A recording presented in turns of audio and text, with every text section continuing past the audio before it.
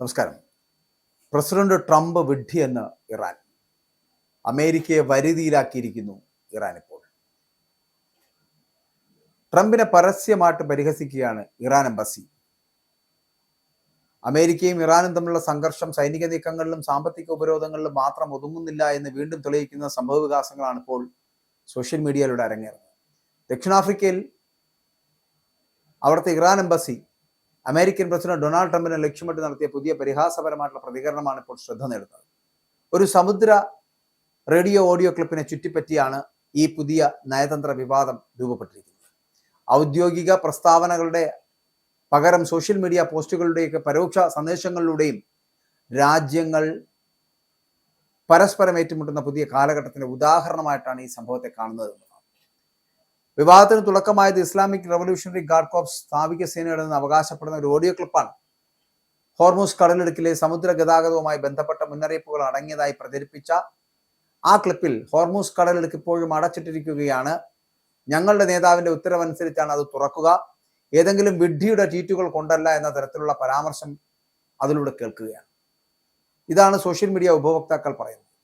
ഇതോടെയാണ് വിഡ്ഢി എന്നുദ്ദേശിച്ചത് ആരെയാണുള്ള ചർച്ച വലിയ ശക്തമായിട്ടെത്തിയത്. അത് മറ്റാരുമല്ല, ഈ പറയുന്ന അമേരിക്കൻ പ്രസിഡന്റ് തന്നെയാണ് എന്നുള്ള കാര്യത്തിൽ സംശയമില്ല. ചില അക്കൗണ്ടുകൾ ഈ പരാമർശം ഇറാൻ വിദേശകാര്യമന്ത്രിയായിട്ടുള്ള സയ്യിദ് അബ്ബാസ് അരാഗാച്ചിയാണെന്ന് വ്യാഖ്യാനിച്ചിരുന്നു. എന്നാൽ അതിനെ ശക്തമായിട്ട് തള്ളിക്കൊണ്ട് ദക്ഷിണാഫ്രിക്കയിൽ തന്നെ ഇറാൻ എംബസി രംഗത്തെത്തിയിരുന്നു. സോഷ്യൽ മീഡിയ പോസ്റ്റിൽ ആ പരാമർശം ട്രംപിനെയാണ് ഉദ്ദേശിച്ചതെന്ന് അവർ തുറന്നടിക്കുന്നു.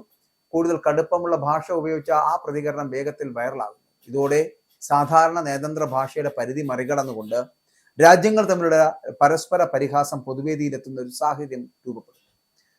ഈ സംഭവത്തെ വെറും സോഷ്യൽ മീഡിയ തർക്കമായി മാത്രം കാണാനാവില്ല. അതിന് പിന്നിൽ നിലകൊള്ളുന്നത് ഹോർമൂസ് കടലിടുക്കിനെ ചുറ്റിപ്പറ്റിയ വലിയ ഭൂരാഷ്ട്രീയ സംഘർഷമാണ്. ലോകത്തിലെ തന്നെ ഏറ്റവും പ്രധാനപ്പെട്ട എണ്ണക്കടത്ത് പാതകളിൽ ഒന്നായിട്ടുള്ള ഹോർമൂസ് കടലിടുക്ക് പശ്ചിമേഷ്യൻ സംഘർഷങ്ങളിൽ എപ്പോഴും നിർണായക സ്ഥാനമാണ് വഹിക്കുന്നത്. അമേരിക്കൻ ഇറാനിയൻ തുറമുഖങ്ങൾക്കും കപ്പലുകൾക്കും നേരെ സമ്മർദ്ദ നടപടികൾ സ്വീകരിച്ചുവെന്ന റിപ്പോർട്ടുകൾക്ക് പിന്നാലെ ടെഹ്റാൻ തിരിച്ചടിയായി ഹോർമൂസ് കടലിടുക്ക് വീണ്ടും അടച്ചതായിട്ടുള്ള അവകാശപ്പെട്ടതാണ് ഇപ്പോഴത്തെ സംഘർഷത്തിന് പിന്നിലെ പ്രധാന കാരണം. ഇറാൻ വാദിക്കുന്നത് നിലവിലുള്ള വെടിനിർത്തൽ വ്യവസ്ഥകൾ അമേരിക്ക ലംഘിച്ചുവെന്നാണ്. നാവിക ഉപരോധം പിൻവലിക്കാത്ത സാഹചര്യത്തിൽ കടലിടുക്ക് തുറക്കില്ല എന്ന നിലപാടാണ് അവർ ആവർത്തിക്കുന്നത്. മറുവശത്ത് അമേരിക്കയുടെ കാഴ്ചപ്പാട് സമുദ്ര ഗതാഗത സ്വാതന്ത്ര്യവും അന്താരാഷ്ട്ര നിയമങ്ങളും സംരക്ഷിക്കണമെന്നാണ്. അപ്പോൾ ഈ രണ്ട് നിലപാടുകൾ തമ്മിലുള്ള ഏറ്റുമുട്ടലാണ് ഇപ്പോൾ സോഷ്യൽ മീഡിയയുടെ പോസ്റ്റുകളിലും കടുത്ത ഭാഷയിലുമൊക്കെ പ്രതിഫലിക്കുന്നത്. ഹോർമൂസ് കടലിടുക്ക് അടയ്ക്കുമെന്ന ഭീഷണി പോലും ആഗോള വിപണികളെ ബാധിക്കാൻ ശേഷിയുള്ളതാണ് എന്നുള്ളതാണ്. ലോക എണ്ണ വിതരണത്തിന്റെ വലിയൊരു വിഹിതം ഈ പാതയിലൂടെ സഞ്ചരിക്കുന്നതിനാൽ അവിടെ ഉണ്ടാകുന്ന ചെറിയ സംഘർഷ സൂചന പോലും എണ്ണവില ഉയരുവാനും ഇൻഷുറൻസ് ചെലവ് വർദ്ധിക്കുവാനും വ്യാപാര അനിശ്ചിതത്വം സൃഷ്ടിക്കുവാനും ഇടയാക്കും. അപ്പോൾ അതിനാൽ ട്രംപിനെതിരായിട്ടുള്ള ഒരു സോഷ്യൽ മീഡിയ പരാമർശം എന്നതിലുപരി ഇത് വലിയ സാമ്പത്തിക പ്രതിഫലനങ്ങളുള്ള രാഷ്ട്രീയ സന്ദേശവുമാണ്. അപ്പോൾ ഇന്നത്തെ ലോകത്തിൽ നയതന്ത്രം ഇനി സമ്മേളന മുറികളിലും അച്ചടക്ക കഥകൾക്ക് ഉള്ളിൽ മാത്രമല്ല നടക്കുന്നത്. എക്സ്, ട്രൂത്ത് സോഷ്യൽ, ടെലിഗ്രാം പോലുള്ള പ്ലാറ്റ്ഫോമുകൾ, ഇതൊക്കെ രാജ്യങ്ങൾ അവരുടെ സന്ദേശങ്ങൾ കൈമാറുകയാണ്. ചിലപ്പോൾ ഔദ്യോഗിക പ്രസ്താവനകളേക്കാൾ ഏറെ ശക്തമായിട്ടുള്ള സ്വാധീനമാണ് ഇത്തരത്തിലുള്ള പോസ്റ്റുകൾ ഉണ്ടാക്കുന്നത്.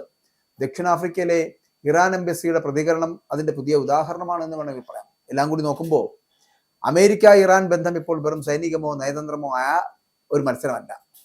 അത് വിവരയുദ്ധം, പ്രചാരണ യുദ്ധം, മാനസിക സമ്മർദ്ദം, സാമ്പത്തിക ഭീഷണി എന്നിവയെല്ലാം ചേർന്നുകൊണ്ട് ഒരു ബഹുമുഖ സംഘർഷമായി മാറിക്കൊണ്ടിരിക്കുന്നു. ഒരു ഓഡിയോ ക്ലിപ്പും ഒരു സോഷ്യൽ മീഡിയ പോസ്റ്റും ഒരു ലോകശ്രദ്ധ നേടുന്ന കാലത്ത് ഹോർമൂസ് കടലിടുക്കിലെ ഓരോ വാക്കിന് പോലും ആഗോള പ്രതിഫലനം ഉണ്ടാകുമെന്നതാണ് ഈ സംഭവമൊക്കെ, അല്ലെങ്കിൽ ഈ സംഭവ വികാസങ്ങളൊക്കെ ഓർമ്മിപ്പിക്കുന്നത്. അപ്പോൾ ഇറാൻ പറഞ്ഞ ആ പ്രസിഡന്റ് വിഡ്ഢി എന്ന് പറയപ്പെടുന്ന പ്രസിഡന്റ് ട്രംപ് തന്നെയാണ്. അതുകൊണ്ട് തന്നെ ഏതു വിധേനയും അമേരിക്കയെ വരുതിയിലാക്കാൻ കഴിയുമെന്നുള്ള വലിയ ആത്മവിശ്വാസത്തിലാണ് ഇറാൻ.